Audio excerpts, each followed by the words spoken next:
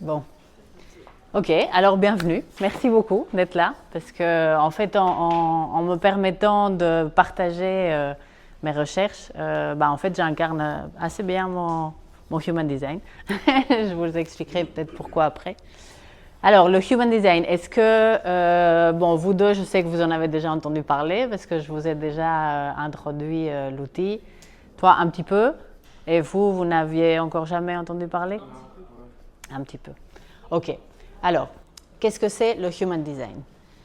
Alors, la première fois qu'on voit une charte comme ça, on se dit, ok, c'est du chinois, oui. En réalité, c'est une espèce c'est un mélange entre les chakras, d'accord, qui nous viennent de l'Inde, entre l'astrologie, parce qu'en fait, votre charte est calculée en fonction des planètes au moment où vous naissez et où est-ce que vous naissez. Il y a le I Ching chinois, dans la mesure où le I Ching, je ne sais pas si vous connaissez, on l'utilise comme méthode de divination, mais c'est surtout comment l'énergie circule en fait. Donc il y a dans le I Ching, on voit qu'il y a des trigrammes, d'accord? Et donc chaque trigramme, c'est une porte ouverte ou une porte fermée. Et donc si la porte est ouverte, l'énergie circule, si la porte est fermée, l'énergie ne circule pas, d'accord? Et donc en fait, dans le Human Design, c'est quelque chose... Alors, moi, les cartes astrales, j'ai toujours été attirée par ça un petit peu, mais toujours en me disant, oui, mais bon, c'est les planètes, et puis on est tous, il y a tellement de scorpions ou de balances, donc voilà. Mais en fait, ici, c'est très concret comme ça, c'est presque binaire en fait. On te donne ton design, le Human Design prétend que ton design a été calculé déjà 3 mois avant la naissance. Et donc, tu es venu avec un design particulier que tu es censé incarner. Et c'est comme ça que tu t'épanouis le plus et aussi que tu rends service au monde, en fait, le plus. Parce que tu es vraiment en train d'être qui tu es censé être, en fait. Donc, moi, personnellement, en fait, ça m'a beaucoup aidé juste de me dire, en fait, c'est OK, il n'y a pas un truc anormal en moi. Finalement, en fait, tout ce que j'ai, toutes mes envies comme ça, un peu inavouables ou quoi, en fait, je me rends compte que j'ai été destinée pour ça, quoi. Alors pourquoi ne pas le faire, quoi? Voilà. D'accord. Donc, vous allez voir que alors, comment est-ce que cette chose est arrivée sur Terre, on va dire? C'est à peu près dans les années 70. C'est Ra-Haru. En fait, il s'appelait Alan Robert Krakauer. Il habitait à Ibiza et il a eu une expérience mystique. Donc apparemment, pendant une semaine, il a vu une lumière qui lui a parlé. Alors Ibiza, je ne sais pas ce qu'il avait pris. C'est possible qu'il ait reçu de l'aide, mais peut-être pas. Il dit que non, d'accord? Et donc il a eu cette expérience mystique et cette lumière qui lui a vraiment transmis le Human Design, qu'il a donc canalisé. Et après, il a travaillé pendant des années pour vraiment mettre en place ce système, quoi. Et après, il l'a partagé avec le monde. Donc, on va voir que lui, par exemple, c'est un manifesteur, d'accord? Je vais vous expliquer après ce que c'est. Mais c'est quelqu'un qui est là pour initier quelque chose et pour manifester, canaliser et démarrer quelque chose qui n'existe pas encore, en fait. D'accord? Donc, alors, qu'est-ce que j'ai mis après? En quoi est-ce que ça peut vous aider? Ici, j'ai mis en particulier pour aussi la recherche d'emploi. Et donc, en fait, à partir du moment... Donc, le Human Design te dit beaucoup de choses sur toi, d'accord? Il te dit, par exemple, quel est ton type énergétique et donc, comment fonctionne ton énergie. Est-ce que tu as une énergie constante? Est-ce que tu as une énergie qui est fluctuante? Si elle fluctue, en fonction de quoi? Et donc, à partir du moment où tu te connais et où tu sais comment est ton énergie, tu vas te diriger plus vers un type de travail ou un autre, par exemple. D'accord? On te dit aussi très clairement, comme ça, paf, tous tes talents, avec ceux avec lesquels tu es né, en fait. Des talents sur lesquels tu peux vraiment compter depuis la naissance. D'accord? C'est des choses qui sont en toi, qui sont des dons, et tu peux compter dessus. Donc, à partir du moment où tu les sais et que tu les connais, tu sais que vers où te diriger comme boulot pour les mettre en valeur, finalement. Et puis à partir du moment où on se connaît et qu'on se rend compte qu'on est destiné pour quelque chose, on prend confiance en soi aussi. Et du coup, dans cette recherche d'emploi, ben, on y va franchement, quoi. On a vraiment envie. On récupère vraiment une certaine confiance en soi. Alors, quand on va sur humandesign.com, vous avez la possibilité de générer votre charte gratuitement. D'accord?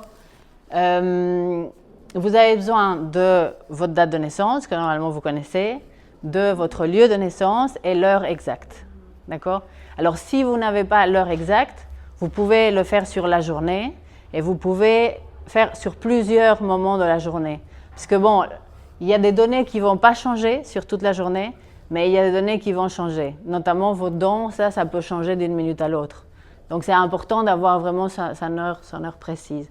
Si vous ne l'avez pas, normalement, dans un extrait de naissance, si vous téléphonez à la commune et que vous demandez, normalement, ils sont censés avoir ça dans leur registre. Et donc, vous pouvez trouver l'info. Donc, je vais vous montrer, quand on voit ça comme ça, on se dit, oula, ça c'est vraiment...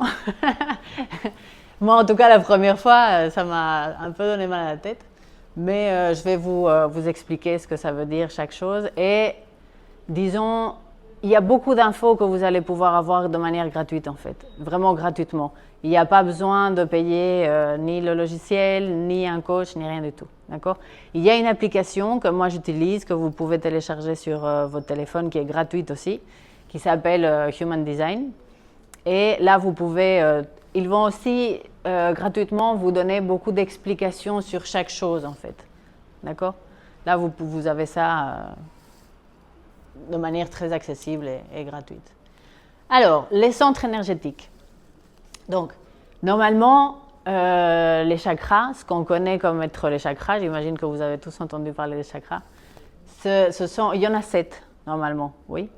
Bon, ici, on en a 9, parce qu'il y en a 2, donc le chakra du cœur, qui a été scindé en 2, et celui du plexus solaire, qui a aussi été scindé en 2. D'accord? On dit, ce qu'ils prétendent en tout cas, c'est que c'est l'évolution humaine qui veut ça. Et donc, c'est... Voilà. Donc, je vais juste vous faire un petit résumé de chaque centre pour que vous sachiez à peu près de quoi on parle. Okay? Donc, le centre tête, c'est un centre pression. Donc, c'est par ici. C'est un peu comme une antenne, en fait. C'est une antenne qui est là pour capter les idées, les questions, voilà, du collectif ou pas forcément. Mais c'est le centre dans lequel l'inspiration arrive, en fait. D'accord? Une fois que l'inspiration est là, on descend au centre ajna, qui est celui de la raison. C'est là qu'on commence à digérer cette inspiration et à en faire des idées, en fait, concrètes. Okay? Ensuite, une fois qu'on a ces idées, on va les exprimer. Donc, c'est le centre gorge. On les exprime, on les partage avec les autres et on va manifester aussi via ce centre-là. Toi qui es dans l'énergétique, si je me trompe, n'hésite pas. OK? Ensuite, le centre cœur, ici, il est donc scindé entre le centre G, ce qu'on appelle le centre G, et le centre ego. Le centre G, c'est le centre de l'amour avec un grand A. C'est le centre de l'amour qui est divin, en fait. C'est un centre, ceux qui ont ce centre défini, quand je dis défini, c'est parce qu'il est en couleur. Dans vos chartes, parfois, il y a des centres qui sont incolores et d'autres qui sont colorés. Eh bien, quand il est défini et donc coloré, c'est que vous sentez en fait cet amour de quelque chose, vous vous sentez aimé en fait. Et les gens qui n'ont pas ce centre défini, ils ne se sentent pas forcément aimés. Mais par contre, quand ils sont avec quelqu'un qui a ce centre défini, ils ont la capacité du coup d'un coup de sentir en fait, ah tiens, c'est ça que ça fait de se sentir vraiment aimé par, je sais pas, quelque chose de plus grand quoi. D'accord? Le centre ego, contrairement donc au centre G, c'est plus le centre de l'individu et de l'individualité, de l'amour de soi et de la confiance en soi aussi. Ensuite, les centres spléniques et émotionnels. Bon, le centre émotionnel, on parle d'émotion, d'accord? Il peut également être défini ou pas, enfin tous en fait. Mais ça, je vais peut-être vous... Ouais, j'aurais peut-être dû l'expliquer avant. Donc, bon, ils peuvent être définis ou pas. Le centre splénique, c'est celui de l'instinct, en fait. C'est celui des instincts un peu primaires, c'est celui de la survie aussi. Donc, c'est vraiment, genre, quand il y a quelque chose dans votre corps comme ça qui dit « Ah, ça, ok, il faut écouter cet instinct parce que c'est pour votre sécurité, d'accord? Et celui des émotions, voilà, vous connaissez les émotions, non? Le centre sacral, c'est le centre sacré aussi, c'est le chakra sacré, et c'est vraiment un centre moteur, quoi. C'est un centre qui va, oui, qui est sacré et qui a cette flamme, en fait. Ce feu, cette envie de vivre vient de ce centre-là, ok? Et puis le centre racine, c'est un centre qui est moteur aussi. C'est aussi un centre de pression, comme celui de la tête. Donc ces deux centres sont ceux qui vont vous pousser à agir, d'accord? Donc le centre racine, par la peur du manque ou par la peur de... Enfin voilà quoi, il faut une racine, il faut une base, il faut pouvoir s'alimenter. Et donc c'est ce centre-là qui va vous pousser à avancer. Ou le centre tête, par les idées, par ce qui vient, par ce que vous captez, il va aussi vous faire avancer. Maintenant, ce qui est important de savoir, c'est que le centre tête, par exemple, il capte les questions, mais il ne répond pas aux questions. D'accord? Les réponses aux questions arrivent par l'ajna, et vous ne savez pas quand elles vont arriver. Tant que vous n'avez pas toutes les données, en fait, vous ne pouvez pas répondre à ces questions. Vous pouvez tourner les pensées dans votre tête et essayer de répondre à toutes les questions. En fait, elles ne vont pas arriver par la tête. D'accord? La tête, elle pose juste les questions. Les réponses viennent par l'asana et par aussi ce qui arrive, ce qui nourrit votre vie. Et puis d'un coup, c'est genre, ok, quoi, j'ai la réponse à la question. Mais ce n'est pas la tête qui répond. Ok, donc les centres peuvent être soit définis, dans ce cas, ils se présentent comme colorés, soit non définis, et dans ce cas, ils sont blancs. D'accord? Donc un centre défini, c'est un centre stable. Il ne va pas se modifier en fonction de avec qui vous êtes ou où vous êtes. D'accord? C'est quelque chose qui va d'ailleurs être comme ça toute votre vie, on va dire. Depuis la naissance, vous avez une charte avec des centres qui sont définis et d'autres pas. Ils peuvent se définir par moment ou se définir, mais ça va être des centres qui sont stables. Les centres qui sont non définis, par contre, ils vont être très influencés par ce qui vous entoure. Par exemple, quelqu'un qui a un centre émotionnel non défini va ressentir des émotions qui ne lui appartiennent pas forcément, en fait. C'est peut-être la personne avec qui il est, ou même dans le bus, d'un coup, comme ça, je sais pas, tu as un truc et tu te sens pas bien, ou tu as une colère qui monte et tu ne comprends pas pourquoi tu as cette colère, parce qu'en fait, toi, tu n'es pas du tout en colère. Mais en fait, c'est parce que tu es vraiment en train de sentir l'énergie de la personne que tu as à côté. Donc, ça fait des personnes qui sont très... altruistes, on dit comme ça, voilà, qui peuvent vraiment ressentir ce que les autres ressentent, quoi. Et ça, à peu près pour tous les centres. Empathique, voilà, c'était ça là, le mot que je cherchais. Et deux triangles bleus, c'est quoi? Ah, pardon. Hop. Quoi ça? Deux triangles bleus de chaque côté. Ceux-là? Donc ça, c'est le centre émotionnel. Et ça, c'est le centre splénique. On l'appelle le centre de la rate, en fait. C'est le centre splénique de la rate. Et c'est vraiment celui des instincts, quoi, et celui de l'intuition aussi. C'est un centre très intuitif. Instinct et intuition. Oui, parce que c'est plutôt intuition que instinct. Okay. Oui, parce que c'est un ressenti, en fait, et qui a à voir beaucoup avec la survie. Avec toutes les peurs, en fait, aussi. Dès qu'il y a, c'est souvent les portes qui sont ouvertes dès qu'il y a des peurs, en fait. Donc, après ça, je vais vous envoyer ce PDF. Et du coup, vous allez avoir, en fait, ce PDF, c'est vraiment un espèce de résumé, très résumé. Mais vous pouvez toujours revenir dessus pour voir. Et donc, je vous ai fait un résumé de chaque centre, ok? C'est vrai que j'aurais pu expliquer chaque centre en montrant, parce que là, vous voyez, il est à chaque fois défini. Les autres sont non définis et celui qui est en couleur, il est défini. Hop. Voilà. Donc, quand vous allez obtenir votre charte, on va vous dire quel type énergétique vous êtes. D'accord? Donc, en fait, il y a 5 types énergétiques. En réalité, il y en a 4. Mais il y a 5 grands groupes, on va dire, d'accord? Donc, Voilà. On a les manifesteurs, les générateurs manifesteurs qui en fait sont un sous-groupe des générateurs, les projecteurs et les réflecteurs, d'accord? Donc pour illustrer un peu chacun, comme ça, pour vous faire une idée, les manifesteurs, c'est l'étincelle qui va allumer le feu, d'accord? Donc sans un manifesteur, il n'y a pas de feu, il faut une étincelle, d'accord? Les manifesteurs, ils représentent plus ou moins, je crois, 8-9% de la population, donc il n'y en a pas, voilà. Mais c'est eux qui vont porter les idées, en fait. D'un coup, ils vont avoir une idée et ils vont envie de la partager avec tout le monde. Et voilà, c'est vraiment des initiateurs, d'accord? Leur stratégie à eux, c'est d'informer, c'est de dire, voilà, j'ai eu cette idée, j'ai cette envie, j'ai envie de créer. En général, ils créent des choses nouvelles qui n'existent pas encore, quoi. Un manifesteur qui n'est pas centré, on va dire, il va être peut-être en colère de voir que les gens ne le suivent pas, d'accord?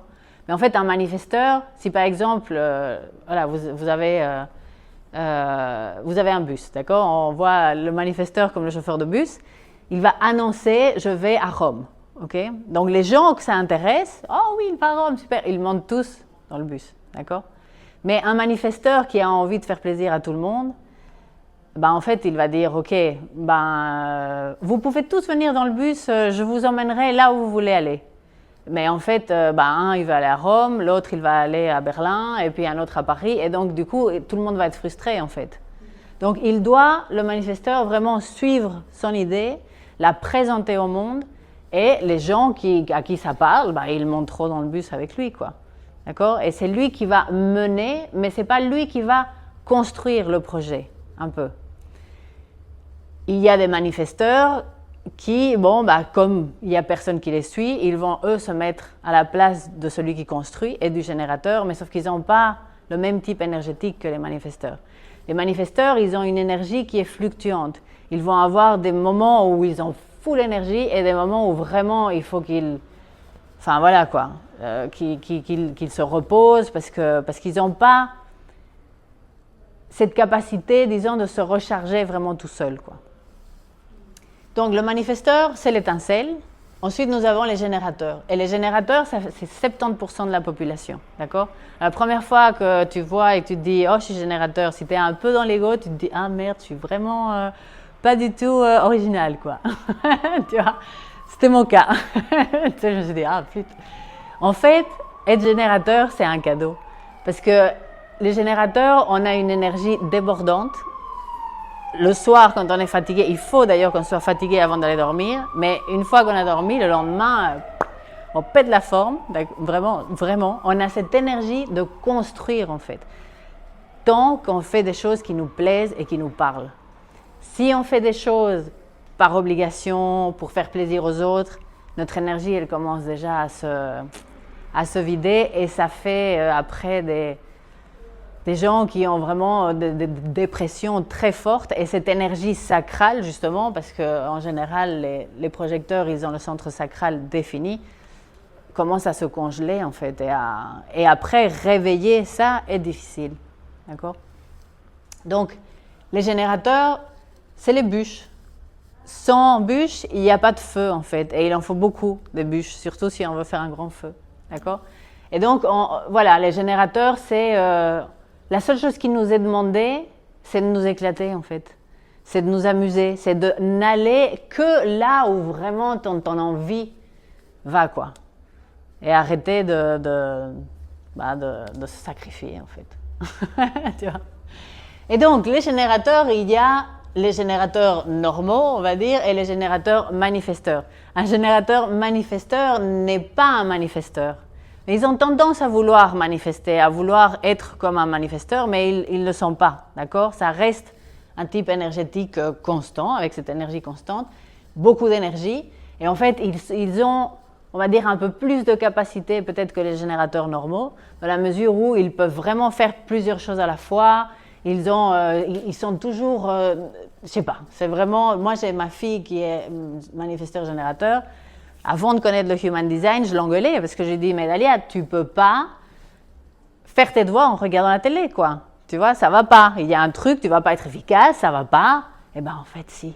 En fait, elle fait mieux cette voix quand elle a un bruit de fond et quand elle a la télé qui tourne, en fait.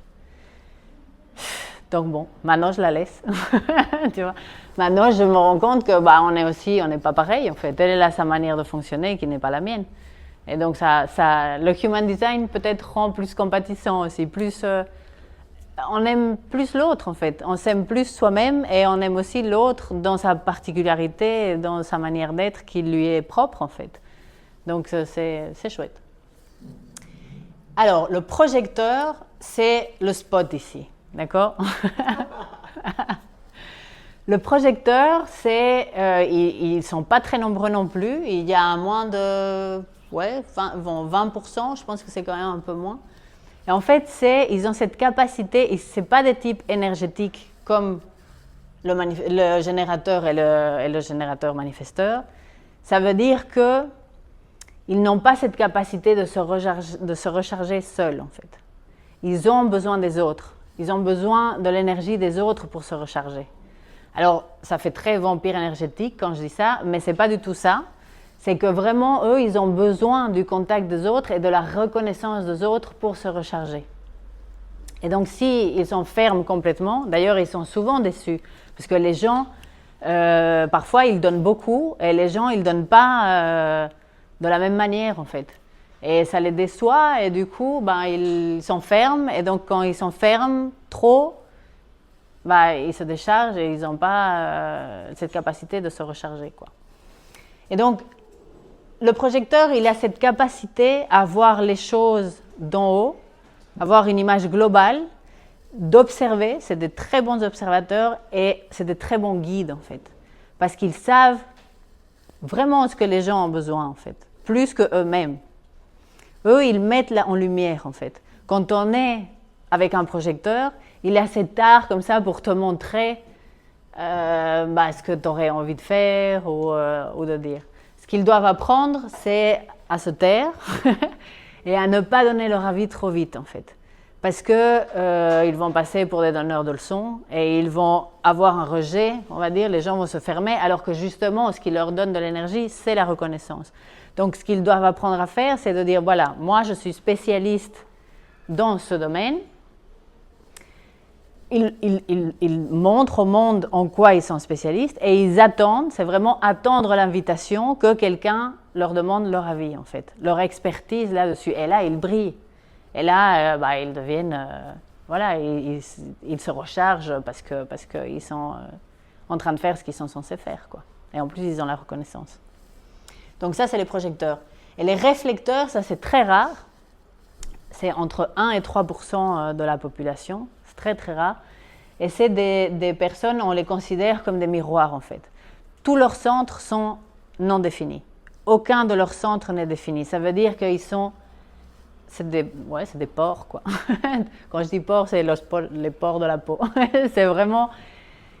En fait, ils sont influençables par tout le monde et par n'importe quel environnement dans lequel ils sont. Mais ils ont cette capacité, justement, à renvoyer une image de ce qui fonctionne et de ce qui ne fonctionne pas. Donc, quand on est en présence de ces personnes, tu vas adorer les choses que tu aimes chez toi et tu vas détester chez lui les choses que tu détestes chez toi, en fait. Mais c'est des vrais miroirs, quoi. C'est des gens qui, en général, pendant l'enfance, ils sont en souffrance, beaucoup, parce qu'ils trouvent qu'ils n'ont pas de personnalité, ils ne comprennent pas, en fait, ce qui se passe. Michael Jackson était un réflecteur. Donc, c'est vraiment quelqu'un qui est complètement influencé comme ça et influençable, d'accord ? Mais voilà, en termes de boulot, par exemple, ils peuvent vraiment juste faire reflet sur ce qui se passe dans un groupe, par exemple. Ils ont cette capacité de refléter et d'expliquer. Moi, j'en connais une de réflecteur. Et elle me dit ça, elle m'a vraiment dit, écoute, moi, toute mon adolescence, toute mon enfance, je me suis dit que j'avais un problème, quoi, et que vraiment, j'étais tellement influençable et que j'avais pas de personnalité. Et maintenant qu'elle a compris que c'est un réflecteur, elle comprend, en fait, pourquoi elle est là et qu'est-ce qu'elle peut offrir au monde. Aussi, la manière de prendre des décisions, d'accord ? Parce qu'un réflecteur, il doit attendre 28 jours avant de pouvoir prendre une décision importante dans sa vie. C'est très long. Et en fait, le cycle de 28 jours lui permet de se mettre dans la peau de chacun des autres types énergétiques et donc de voir son problème de plein de vues différents et de prendre la décision en conscience après. Mais 28 jours, quoi.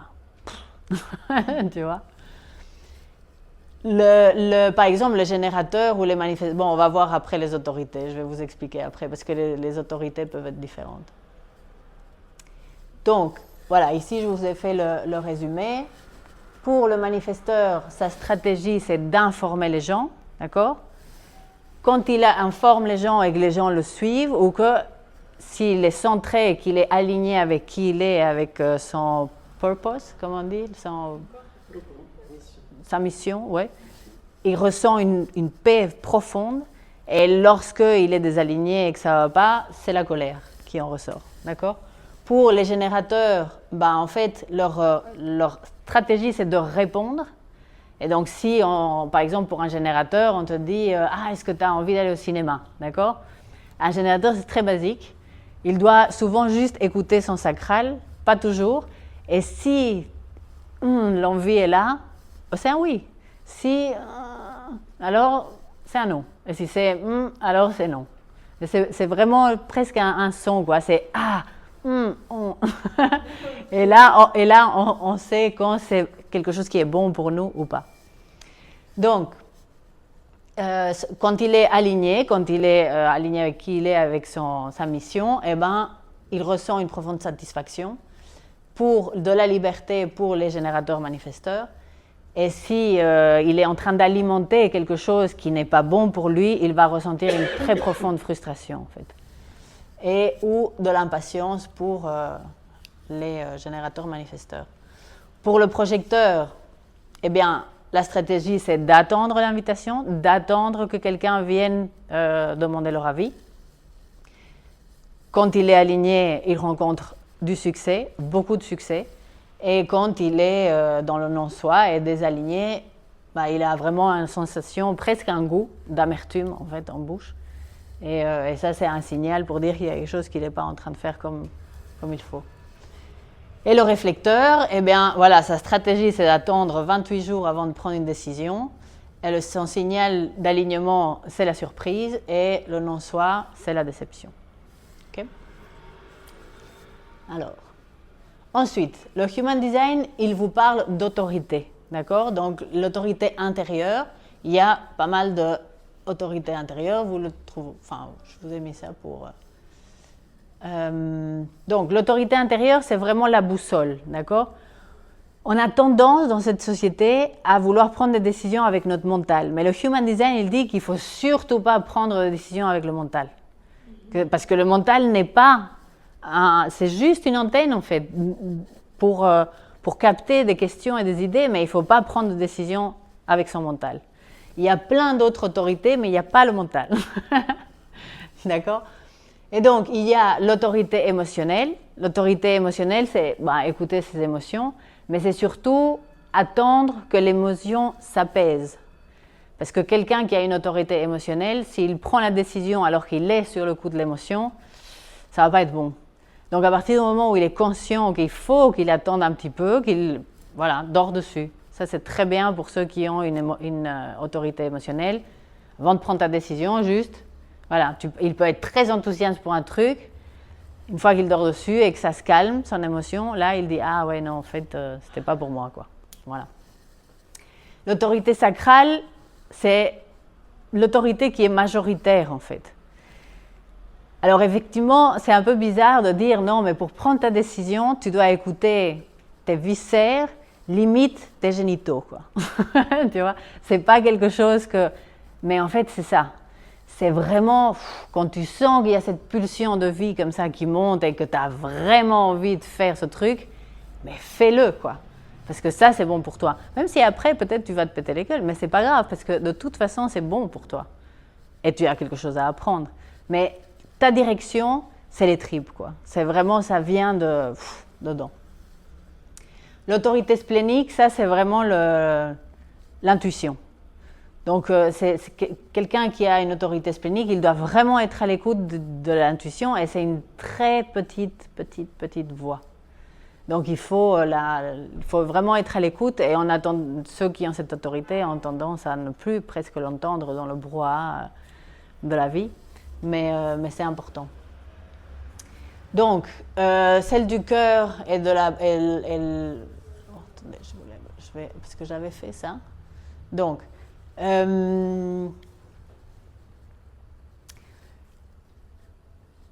celle de l'ego, c'est vraiment... Je sais que ce n'est pas non plus quelque chose qu'on a l'habitude, parce que ça fait « oh, t'es égoïste ». Mais en fait, si. Ceux qui ont cette autorité égo, ils doivent vraiment écouter leur volonté profonde, quoi. Ce qu'ils ont envie de faire de manière très égoïste, en fait. Et ça, c'est leur boussole intérieure. Donc, ils peuvent effectivement ne pas écouter ce que les autres veulent. Non, c'est vraiment juste ce que leur volonté et ce que leur ego veut. Hop. Ensuite, dans le Human Design, vous avez accès à votre profil. D'accord ? Le profil énergétique, il est calculé. C'est là que le I Ching arrive. Et donc le I Ching, ça c'est un résumé, ça se présente comme ça, d'accord ? C'est des trigrammes. Ça c'est l'énergie dans cette discipline chinoise, quoi. Et donc soit les portes sont ouvertes, soit elles sont fermées, d'accord ? Donc il y a 6 lignes. On compte 6 lignes en Human Design. Et donc on a la ligne 1 qui est celle de l'investigateur. C'est quelqu'un qui va... faire de la recherche, quoi. Il va s'intéresser soit à une seule chose, soit à beaucoup de choses, et à chaque fois, il va vraiment investiguer, chercher. Le 2, c'est l'ermite. C'est quelqu'un qui a vraiment mais besoin de se retrouver seul pour pouvoir mettre de l'ordre dans ses idées, pour pouvoir avancer dans la vie, pour prendre des forces. Le 3, c'est le martyr. Alors, quand je dis martyr, ça fait peur, mais en fait, le martyr, il est là pour expérimenter.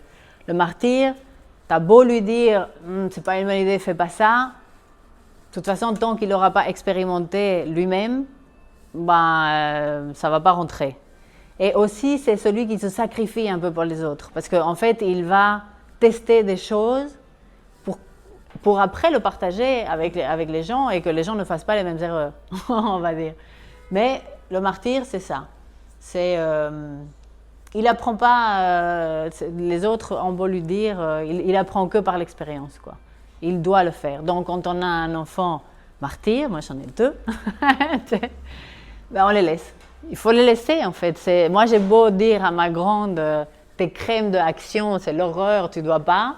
Il ne faut pas mettre ça sur ta peau. Je suis en conflit avec elle, en fait, constante, si je lui interdis de tester ses crèmes. En plus, c'est une investigatrice. Donc, elle doit tester. C'est vraiment, je veux dire, c'est dans sa recherche. Quand elle s'intéresse à la skincare, tu vois, là, elle doit aller à fond, elle doit connaître toutes les crèmes et tous les machins. Elle en a fait l'expérience. Elle a utilisé une crème, elle a eu plein de boutons. Donc, voilà, maintenant, elle sait que ça, c'est pas bien. Donc, elle apprend, tu vois. Mais, voilà, il faut vraiment qu'elle l'expérimente et il faut les laisser expérimenter. Sinon, ils n'apprennent pas. Ensuite, donc l'opportuniste, ça sonne aussi très bizarre quand on dit opportuniste. En fait, un opportuniste en Human Design, c'est quelqu'un qui reçoit des opportunités de leur cercle d'amis et de famille. D'accord ? Donc, c'est des gens qui vont avoir beaucoup d'amis, en fait. En général, ils vont savoir s'entourer et il y a des opportunités qui vont arriver via eux. Donc, par exemple, dans une recherche d'emploi, peut-être qu'un frère, un copain va dire « Tiens, j'ai entendu dire que je ne sais pas où, il cherche quelqu'un, peut-être ça peut t'intéresser. » Plus que si lui va chercher, en fait. Si lui va chercher, ça risque de fonctionner moins bien. Le 5, c'est l'hérétique. Donc ici, ces trois-là, les 3 autres, c'est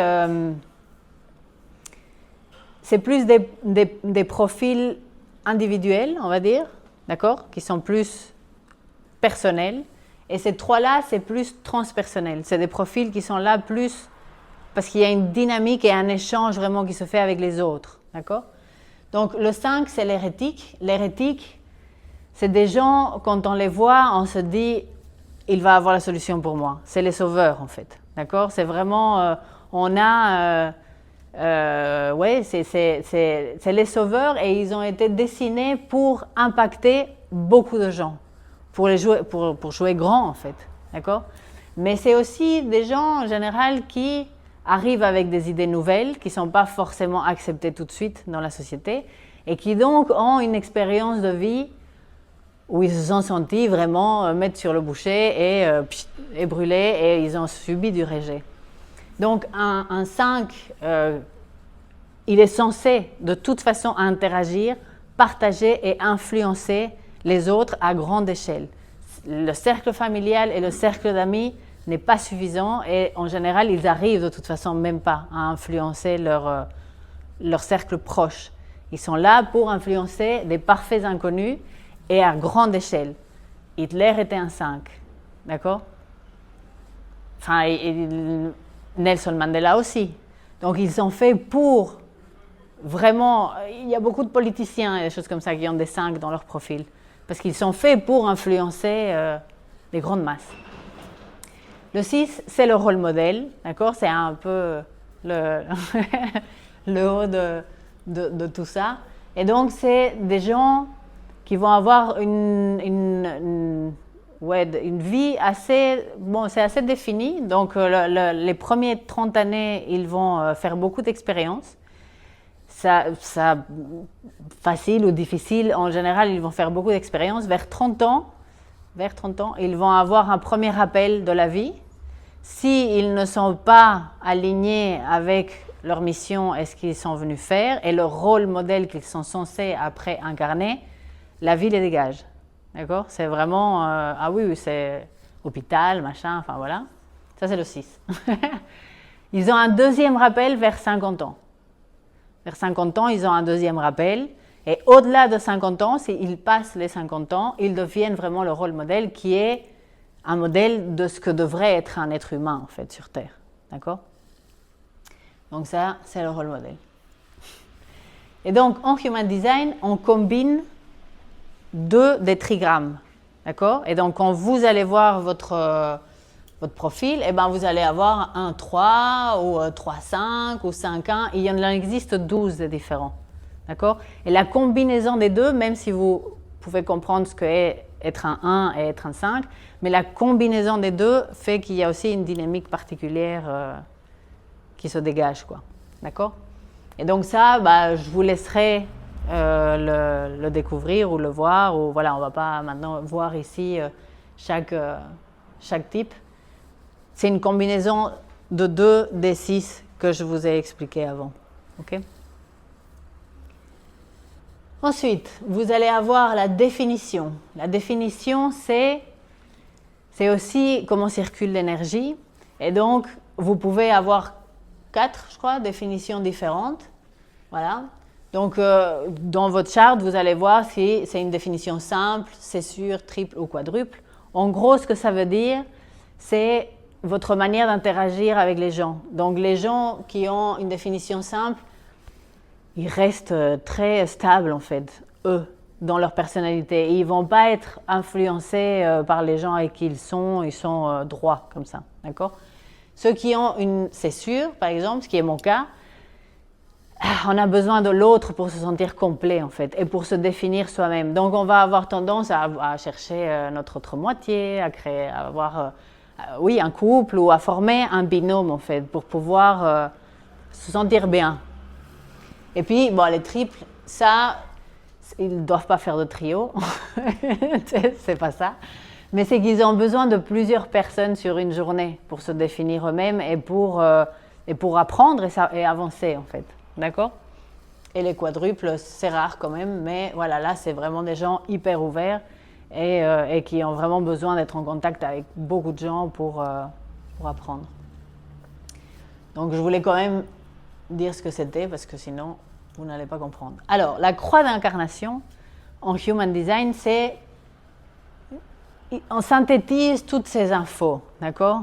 Et ça donne la croix d'incarnation. Alors, la croix d'incarnation, c'est un peu votre mission de vie, on va dire. C'est comme ça que beaucoup l'appellent. C'est pas tout à fait ça non plus, d'accord? C'est pas... dans la mission de vie, on va pas te dire au niveau du boulot exactement ce que c'est. Ça peut, mais on ne va pas forcément te dire exactement ce que c'est. D'accord? Donc, il y a 3 types de croix d'incarnation. La croix à angle droit, qui est fermée, à angle ouvert, d'accord, gauche, ou la croix de la juxtaposition. La première, l'angle droit, c'est des gens qui sont ici avec un but personnel. Ils sont ici pour expérimenter quelque chose au niveau personnel. D'accord? Ceux qui ont un angle gauche ou ouvert, ils sont ici pour expérimenter à un point de vue transpersonnel. Donc, karmique par exemple. C'est des gens, donc c'est les 4, 5, 6 qui sont ici pour des buts transpersonnels. Ils vont souvent avoir la sensation, ou les gens qui vont les rencontrer vont avoir cette sensation qu'il y a une connexion à un niveau très profond en fait qui se crée. D'accord? Les gens qui ont des 1, 2, 3 dans leur profil, ils n'ont pas cette sensation avec tout le monde, mais ceux qui avons 4, 5, 6, on a cette sensation en fait, de déjà connaître les gens. On est parfois ici juste pour résoudre des dettes aussi karmiques, d'accord? Et on a ce but qui est vraiment transpersonnel. Par exemple, un 5, il est ici pour transmettre et pour influencer à un niveau transpersonnel. Les autres, non. Ceux qui ont un angle droit, eh ben, voilà, ils sont là pour expérimenter quelque chose pour eux-mêmes. Okay? Ensuite, la croix de la juxtaposition, c'est une croix qui est très stable. Ils ont un espèce de fil rouge dans leur vie, comme ça. C'est vraiment une direction très claire et ils ne sont pas influençables par ce qui se passe autour, quoi. D'accord? Et donc, quand vous allez voir, je vais vous montrer après comment trouver votre croix d'incarnation dans le schéma, enfin dans l'application là dont j'ai parlé avant. Et donc là, par exemple, moi, ma croix d'incarnation, elle dit que je dois faire attention à la manière dont je dis les choses, parce qu'effectivement, je peux me prendre du rejet dans la tronche et me faire bannir de ma communauté ou même de ma famille, quoi. Parce que je viens avec des idées dont les gens ne sont pas encore prêts, en fait. Et donc, la manière dont je vais les introduire et les dire est très importante. Alors, est-ce que ça me parle du travail que je peux faire? En fait, oui, dans un sens, parce que maintenant que je connais mon profil et tout ça, ça se dessine, en fait. Et là, je me dis, OK, tu vois, c'est pour ça que je suis là. Mais bon, voilà, ma fille, elle est ici pour transmettre les gènes de l'espèce humaine. Tu vois, on va s'amuser à l'adolescence, tu vois. Mais c'est vraiment pour ça. Elle est ici pour ça. Et d'ailleurs, c'est marrant parce que je parlais avec elle. Elle me dit, mais maman, moi je veux avoir des enfants. Et je dis, mais pourquoi tu veux avoir des enfants? Elle avait 12 ans, tu vois. Elle dit, mais c'est important de passer son nom, tu vois, c'est gènes. Et je dis, OK, tu vois, genre, bon, bah oui, c'est important pour toi, apparemment, tu vois. Mais c'est marrant, je trouve. C'est quand même, moi, ça m'interpelle en tout cas. Parce que je sens qu'elle a quand même, que c'est important pour elle, en fait. Et donc, elle est vraiment ici pour permettre à l'espèce humaine de poursuivre et de fonder sa famille, en fait. Et c'est un but personnel. Elle est ici pour expérimenter ça. Il n'y a pas de jugement à avoir. Je veux dire, dans une prochaine vie, peut-être moi, je serai là pour expérimenter ce que ma fille doit expérimenter. On est chacun, mais c'est chouette de se dire, tiens, il y a un outil qui te dit précisément, comme ça, ce pourquoi tu es là, tu vois. C'est quand même incroyable, quoi. Moi, j'ai cherché toute ma vie. Et là, mais tu vois, c'est un peu comme si, bon, allez, à presque 45 ans, tu n'as toujours pas trouvé, donc tiens, Human Design, maintenant, tu vois. C'est vraiment ça. Donc voilà, ça c'est la croix d'incarnation. Et ensuite, donc on a les portes et les canaux, d'accord? Ça fait beaucoup de théories. Ça va, vous suivez un peu? Donc, les portes et les canaux, ça c'est une charte. D'accord? Donc là, on voit qu'il y a des centres définis qui sont colorés, des centres non définis qui sont tout blancs. D'accord? À l'intérieur de chaque centre, on a des petits chiffres là. Ces chiffres sont des portes. D'accord? C'est par là que l'énergie va circuler ou pas. OK? Quand il y a un petit rond là autour et qu'elles sont colorées, ça veut dire qu'elles sont définies. Et donc l'énergie circule par là. ok? Quand deux portes sont face à face, par exemple ici, la 20 et la 57, les deux sont ouvertes, le canal est défini. D'accord? Ça veut dire que c'est une énergie qui circule de manière constante chez vous. Et c'est ce qui fait vos dons. Ok? Donc, par exemple, si moi j'ai la 48 définie, mais je n'ai pas la 62 définie, mais je suis avec quelqu'un qui a la 62 définie. Quand on est ensemble, le canal se définit. C'est génial. Enfin, moi, je trouve ça passionnant parce qu'en fait, tu vois vraiment les dynamiques et ce qui se joue en fait entre les gens, quoi. Là, tu dis, ok, quoi, ma mère et moi, tu vois. Là, vraiment, non, moi, je trouve ça passionnant. Bref, donc, les portes, elles peuvent être définies ou non, d'accord? C'est tout. Elles sont soit colorées, soit pas colorées.